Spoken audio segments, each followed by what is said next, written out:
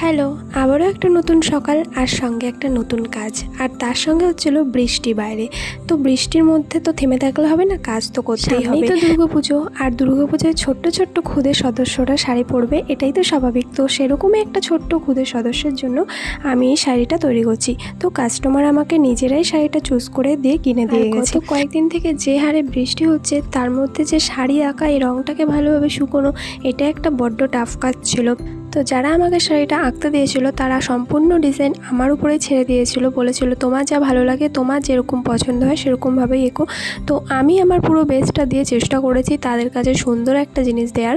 তো আমার তো বেশ ভালো লেগেছে। তোমরা পুরো শাড়ির লুকটা দেখে অবশ্যই আমাকে জানাবে যে কেমন লেগেছে তোমাদের। তাই আমি পুরোপুরি লালের মধ্যে রেখেছি কাজটা। সাদা যেহেতু শাড়িটা ছিল, তার মধ্যে লাল কাজটা ভীষণ অসম্ভবভাবে ফুটে ওঠে।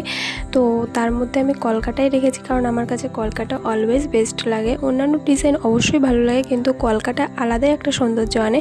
তো পুরোপুরি কলকার উপরে লাল রং দিয়ে সাদা শাড়ির মধ্যে আমি পুরো কাজটা কমপ্লিট করেছি। যদিও আমি পুরো শাড়ির আঁকার ভিডিওটা তোমাদের সাথে শেয়ার করতে পারবো না, কিছুটা আমি ক্লিপ নিয়েছি, যেহেতু আমার এক হাতে মোবাইল থাকে, এক হাতে আমি আঁকি, তো সেই জন্য আমি পুরোপুরি ক্লিপটা নিতে পারি না।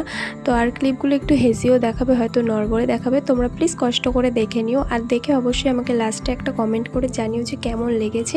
আর যদি ভালো লেগে থাকে আমার সাথে তো যোগাযোগ করতে অবশ্যই ভুলো না। তো কথা বলতে বলতে আমি ওদিকে পুরো পার্টটা কমপ্লিট করে ফেলেছি, আর এদিকে আঁচলের কাজেও চলে এসেছি। আঁচলে আমি পুরোপুরি ময়ূর কলকা রেখেছিলাম, এই সাইডে একটা রেখেছিলাম এবং অপোজিট সাইডেও আরেকটা ময়ূর রেখেছি। তো প্রথমে ওটা তোমাদের দেখিয়ে দিলাম, তারপরটা আমি অফ স্ক্রিনে এঁকে নিয়েছি। আর তার মাঝখানে একটা আম কলকা টাইপের দিয়েছি, নাহলে প্রচণ্ড ফাঁকা ফাঁকা লাগছিল। তো কাজটা দেখো আমার পুরোপুরি কমপ্লিট। পুরো শাড়ির ওভার লুকটা তোমাদের কেমন লেগেছে আমাকে কিন্তু